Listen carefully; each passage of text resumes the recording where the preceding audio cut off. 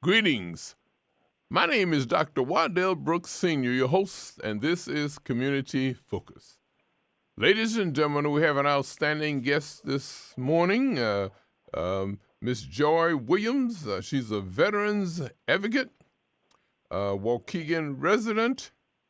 Boy, she has a whole list. She's an ombudsman, public benefits practice group of the Legal Assistance Foundation, and her list goes on and on. But I'm going to let her tell you about herself this morning. Greetings, Joy. Good morning, Dr. Brooks. We're talking with Lake County. Lake County is approximately 750,000 to 800,000 people. But Joy, I don't know how many up this at 5 o'clock this Sunday morning listen to the program, but we have a pretty good audience. Tell our listening audience, first of all, about a little bit about your personal and professional background. My current position, I work for Legal Aid Chicago. Mm-hmm. I am an ombudsman / paralegal. What I do is I go into long-term care facilities, nursing homes, supportive living, assisted living, anywhere where seniors or the disabled live and receive government funding. I'm mandated to go in, and I go in and I advocate for the residents. Mm-hmm. It can be something as simple as a resident wanting a piece of chocolate cake to vary their diet for the day. It can be a resident needing assistance with Medicaid or Medicare applications or anything. My day, that's one thing I love about my day, is it varies so much. Now, what piqued your interest to get involved with? Because you seem to have a passion for what you're doing. I do. I myself was in the hospital in a long-term care facility for 2 years. Okay. And seeing how residents are treated in those facilities made me want to get involved so that the residents there, as everybody's not as, I want to say, passionate as I am or outspoken as I am, and sometimes people need people to speak up for them, and that's what I do. I am, I'm kind of gutsy, and everybody's not that gutsy, so. Well, I watched a friend of mine die in the VA needlessly, and I was determined that wouldn't happen again on my watch. So I went back to school, and I started at the College of Lake County. I received an associate's degree there. Then I went on to the University of Illinois in Springfield, where I received a bachelor's. Mm-hmm. And then I went back to CLC and got a certificate, IAS, in paralegal studies. And then I went back to the University of Illinois in Springfield and received a master's degree in legal studies. Congratulations. Fantastic. And you mentioned at your graduation exercise, there were a couple of people there that really encouraged you there. That is true. I received a scholarship when I was in grad school. And the young lady, who happens to be 90, I think she's 94 as well right now. Okay. And my mother is 94. At the time I graduated, they were both 92. Wow. And they sat together at my graduation, and they were probably the loudest people in the audience. Considering I went back to school after being diagnosed with a mental illness, spending 2 years in the VA hospital, retiring from the post office on disability as a letter carrier, and I had to retire because of my illness. And I've done all this all the time while suffering from bipolar affective disorder. Okay, now did the serving in the military have anything to do with it, or was this just a natural disorder? The military, I'm currently a 100% disabled veteran. I suffer from PTSD as well. Okay. So, yeah, all of that ties in together, yes. Boy, I mentioned that you have a passion for public service, but you have a family background. Boy, You got educators, your doctors, lawyers, social workers, nurses, and even The everyday whole, laborers, civil well, my organiz. uncle, my mother's oldest brother, Dr. Samuel Woodrow Williams, Okay. was the dean of religion and philosophy at Morehouse College, and he actually taught Martin Luther King Oh my goodness. religion and philosophy at Morehouse. He always referred to Martin as that bright young man. Okay. So he marched with Martin. He was a minister. He was very very active in SCS. He was one of the founders of SCLC. Uh, so I have another cousin who was president at the March on Selma.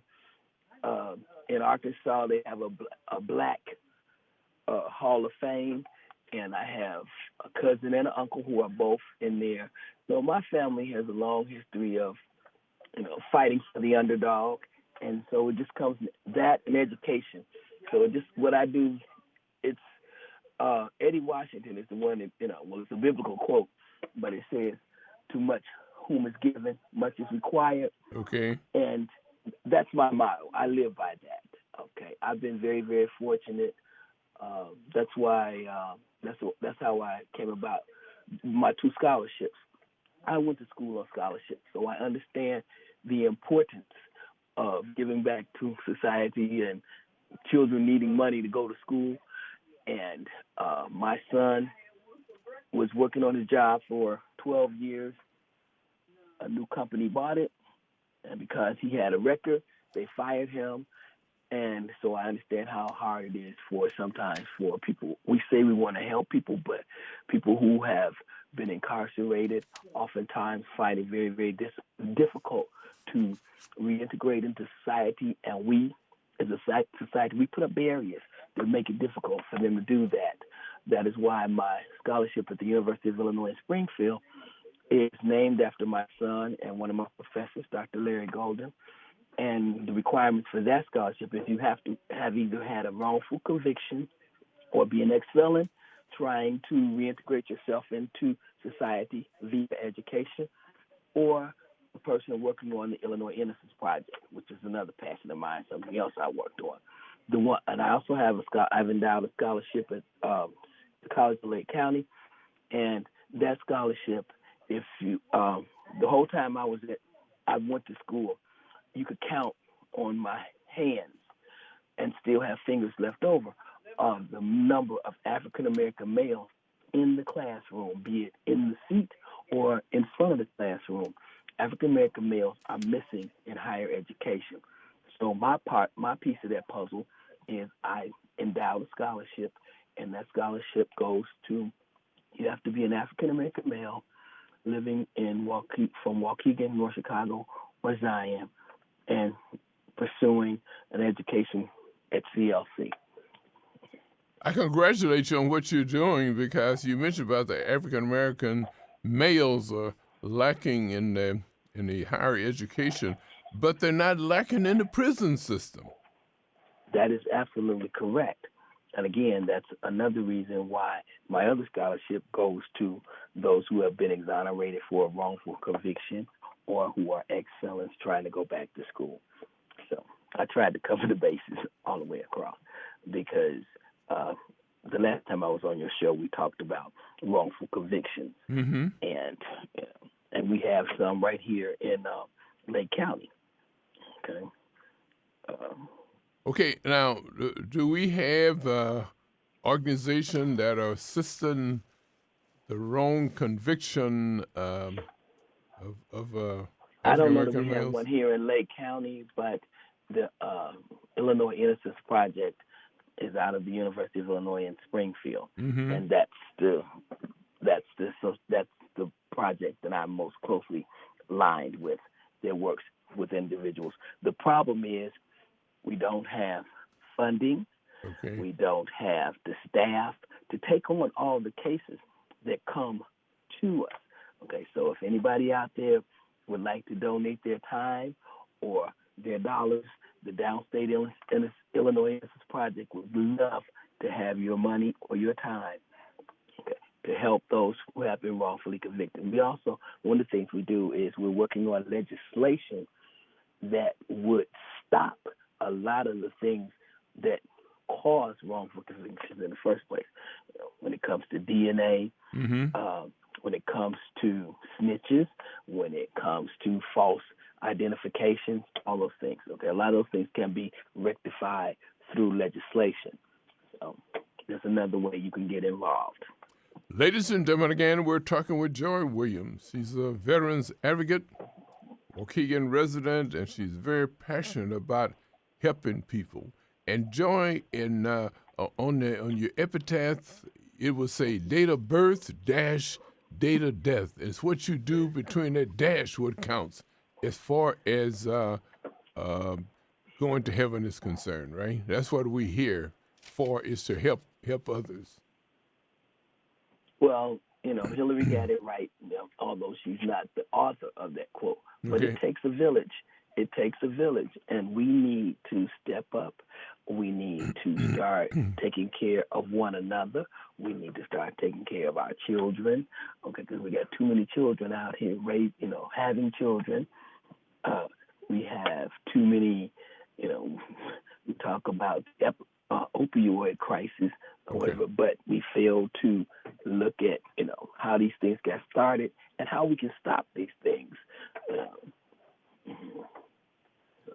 We have here, Joy, there are three types of people in the world. There's those that make things happen, those that watch things happen, and those are wondering what's happening. And you are the one that one of the ones that make things happen, and this is truly the fact that you are making things happen, and it's for the cause that we are here for a purpose, and we're not here just to be here. To accumulate Absolutely. wealth and all this. That's not why we are. We are our brother's keepers, Mm-hmm. and and when you get blessings, you have to open up your hand. You have to open up your hand and your heart and your head to receive those blessings. Okay. And then you have to pass those blessings along. In my case, I wasn't able to pay back the people that did for me or assisted me along my journey. Mm-hmm. In fact, tomorrow I will be in Springfield at the University of Illinois in Springfield at a scholarship luncheon.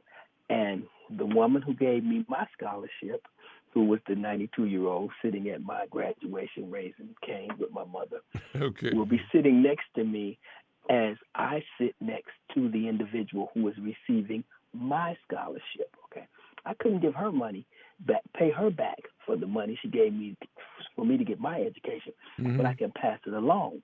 Okay, and that's exactly what I'm doing. And that's what we all have to do. You can't sit tight-fisted, or you have to open up and pass along those blessings. You won't get any more if you don't pass them along. I noticed that you're sponsoring several scholarships. I think did I read where one total amount was about $30,000 over a few years. Okay. Well, what happens is, that's the amount that I donated. But what happens is, in order to endow a scholarship, you make a commitment, and I made a commitment over a 5-year period to donate $30,000. Wow. And what happens is, once the fund reaches that money, then that scholarship is perpetuated for a lifetime. Okay. Again, if anybody would like to donate to that scholarship, they're welcome to do that. They can contact the College of Lake County. They can tell you how to do that. Okay. Or you can endow your own scholarship. It's not as expensive as one might think to make this commitment. It's just a matter of, a mindset of saying that it's my turn to give back and whatever. So that's what, So you're well known. Difficult. You're well known at the College of Lake County, and if anyone wants to donate to that program, go to the Education Department, ask for Joy Williams. No, call the Office of Advancement. Call the Office of Advancement. Okay. Okay, and they can assist you in how to make a donation or how to set up your own scholarship. Oh, this is fantastic, fantastic. Well, And it doesn't have to be at the College of Lake County. It can be at any, it can be at your alma mater or any school. There are numerous ways of giving back. I mean, we have our high schools and our junior highs. You can go, go to a nursing home, read to a senior, go to the schools, read to the children. There are numerous things you can do. My sister, it wasn't until she passed away 2 years ago that we realized that when she would buy $5, $10 gift certificates and whatever, and she would pass them out. When she sees homeless people on the street, she just hand them to them. Okay. Okay. There are many, many, many things we can do, and I don't really like talking about the things I do, but I do them, and I don't do them to be on your radio show or whatever, but if it'll help somebody else realize that they can do the same thing, then yes, I will talk about it. So you're serving others through education, right? Education is service. Right. Well, tell us about this CARPLS program. It's called how you pronounce it? CAR? Oh, that was okay. That's here at Legal Aid Chicago. We have some counterparts, and one of the things I do here is because I am a veteran. When I came on board at Legal Aid Chicago, they asked me to serve on our Veterans Advisory Committee, for lack of a better terminology or whatever I am. Okay. And we partner with other legal entities that provide pro bono work for veterans, seniors, immigrants, and different populations and whatever. And one of the things that I work on is providing free legal assistance to veterans. There's many veterans that really just don't know what their benefits are. Is there a way that they are contacted by the government to let them know? Actually, they are contacted by the government, but what they can do at any given time is contact their regional office. Okay. For us here in Lake County, that regional office is in Chicago. Okay, you can contact the regional office. I don't know the number offhand, but you can call the regional office or you can go to the regional office. It's right next door to Jesse Brown VA Hospital on Roosevelt in Chicago. And you can go there and talk to someone. You have veterans organizations like the American Legion, AMVETS, VFWs. Okay, all of those agencies have service officers who can assist you. At the VA, at Lovell Federal Healthcare Center, they have service officers who can assist you in, finding out about your benefits. No, the military doesn't do a very good job of telling us about our benefits before we get out. But that's why as veterans we have to talk to each other and pass our knowledge on to each other. I mentioned that because I have another a veteran that's a close friend, Charles Robertson. I don't know whether you know him or not, but he's I do. I do. He's in the PTSD program. He was a nurse at the VA. He was one of my nurses when I was in the hospital. Okay. Are we talking about the same Charles Robertson? Now this one is suffering from PTSD. And he's probably was he a nurse? I am not sure, and I know he served in the Vietnam conflict. I think we're talking about the same one. Yeah. Okay, and he's under Lovell has a PTSD in-house. Yeah, that's the program he's in. Yeah, with Dr. Bear. Dr. Bear. Absolutely. Dr. Beer is great. He is really Okay, great. we're talking about the same person. Yeah, Hmm. So there's some great training, rehabilitation. Then at the is he At Captain Lovell, yes, Captain yes. James A. Lovell Federal Health Care Hospital. Hmm. That was spearheaded by at that time Congressman Kirk, I guess. Got the two hospitals, the Navy Hospital and the VA Hospital together, and to Absolutely. have the one hospital, probably the only one in the country. It is. It is at Mm-hmm. this time. Mm-hmm. Hmm. But this is and you know what? Your social activity has not been curtailed because you're a member of the fraternal organizations. I guess the Elks is the The Elks, yes. is your heart, And right? That's your heart. You're yes, and currently past commander or something. I'm a past granddaughter ruler in Okay. the Elks. I was the past daughter ruler at Eureka Temple here in North Chicago. Oh. I am currently the state directress for civil liberties in the Elks. We do not endorse candidates per se, but we are very concerned about everyone's civil liberties and their civil rights and whatever. And so that arm of I am the state director of that arm of the Elks. I do voter registration drives, and we Mm-hmm. recently had a program. We worked with Congressman Snyder's office, where was he gave out pins and certificates to Vietnam era veterans or Mm-hmm. whatever, and that was done at the Elks at Little Fort Elks in North Chicago. It's a very beautiful ceremony.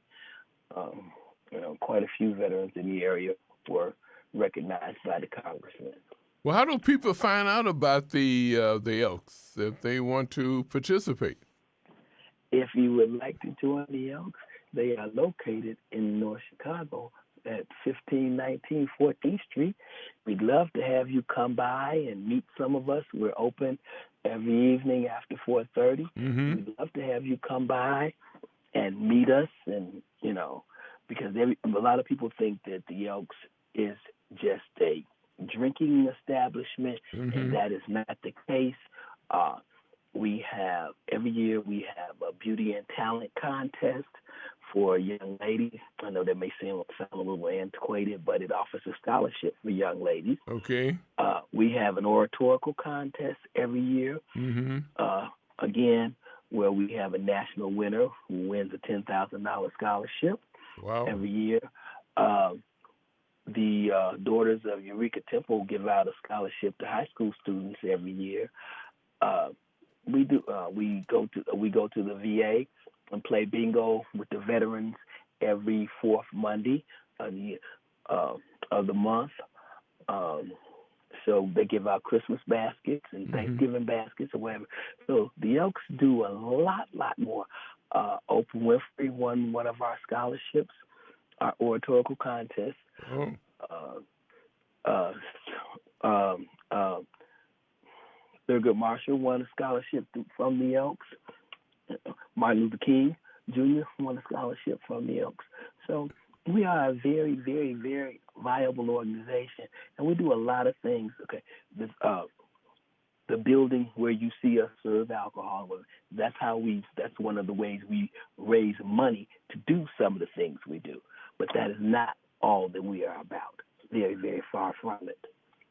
Okay. There are probably annual banquets that you do have too, right? We have conventions and different functions throughout the year. Again, stop by, and we're open every evening at 4:30. Come by, and meet Mm-hmm. with us and greet with us. Okay. I'd like to emphasize too that we talked about men being incarcerated, and but what about um women? Now we have female veterans too that need assistance too. Because we got female Absolutely, female prisons that are veterans are growing. one of the. You absolutely. Female veterans are one of the largest growing populations. in our society. Yeah. And actually, so another thing that people don't realize is that female veterans, our population is among the highest when it comes to homelessness. Okay.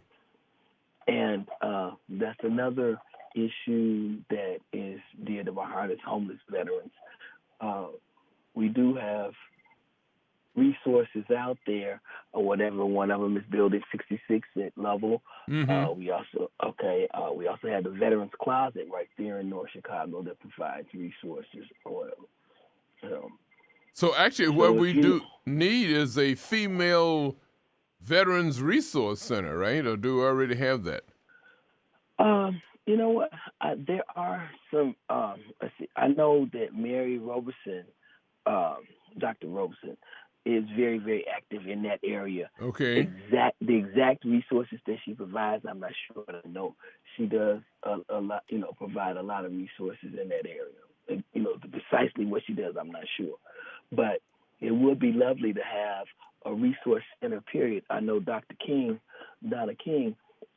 made some efforts and some strides in making, I want to say, an information highway available for veterans, so that we would have. That's what she's working very hard on, to have this information highway, so that if a veteran called looking for assistance, he wouldn't have to make 15 phone calls or 15 stops. You could do like a one-stop shop when you needed assistance. You mentioned that poverty was a major problem in this country too, especially among minorities. You mentioned you gave some statistics on that. One in every 10 or something. I forget. I don't have the exact, but you gave statistics about the number of people and I don't remember offhand what I said there, but I know. But it is a major problem. It is a big problem. But when I was growing up, we didn't even realize we were poor because we had a community. Okay. Everybody took care of everybody, and if we went back to that, we can't look. The government is there to help, but we can help each other as well. So we weren't just poor; we were poor. Yeah, we was poor, but we didn't know we were poor. We didn't know we was poor because everybody was poor. Okay. We didn't know it. Okay. Well, it's been great talking with you. I just want to end up with about everyday justice, and that's what this I mentioned about CARPLS. That's an acronym. Does it stand for what? And you know what? You caught me off guard on that. CARPLS. This is. I don't even know totally what it stands for. Okay, I just know they provide legal. I don't know the exact terminology for it, but they do provide legal assistance for veterans. Yeah. And everyday justice is needed. Everyone cannot afford. The prison system is not composed of those that can afford attorneys. Those that cannot afford to get bails and so forth are the ones that fill up our prison system. Well, and that's another problem for another day. We'll talk about that. Okay. Bail reform. We'll talk about that another day. We'll schedule you for part 2 later on.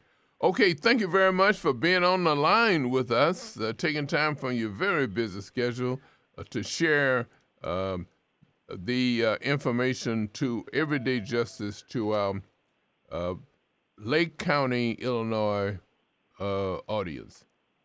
Ladies and gentlemen, again, thank you for having me. We've been talking with Joy Williams, a veterans advocate, and was very passionate about sharing information about the less fortunate and about the veterans.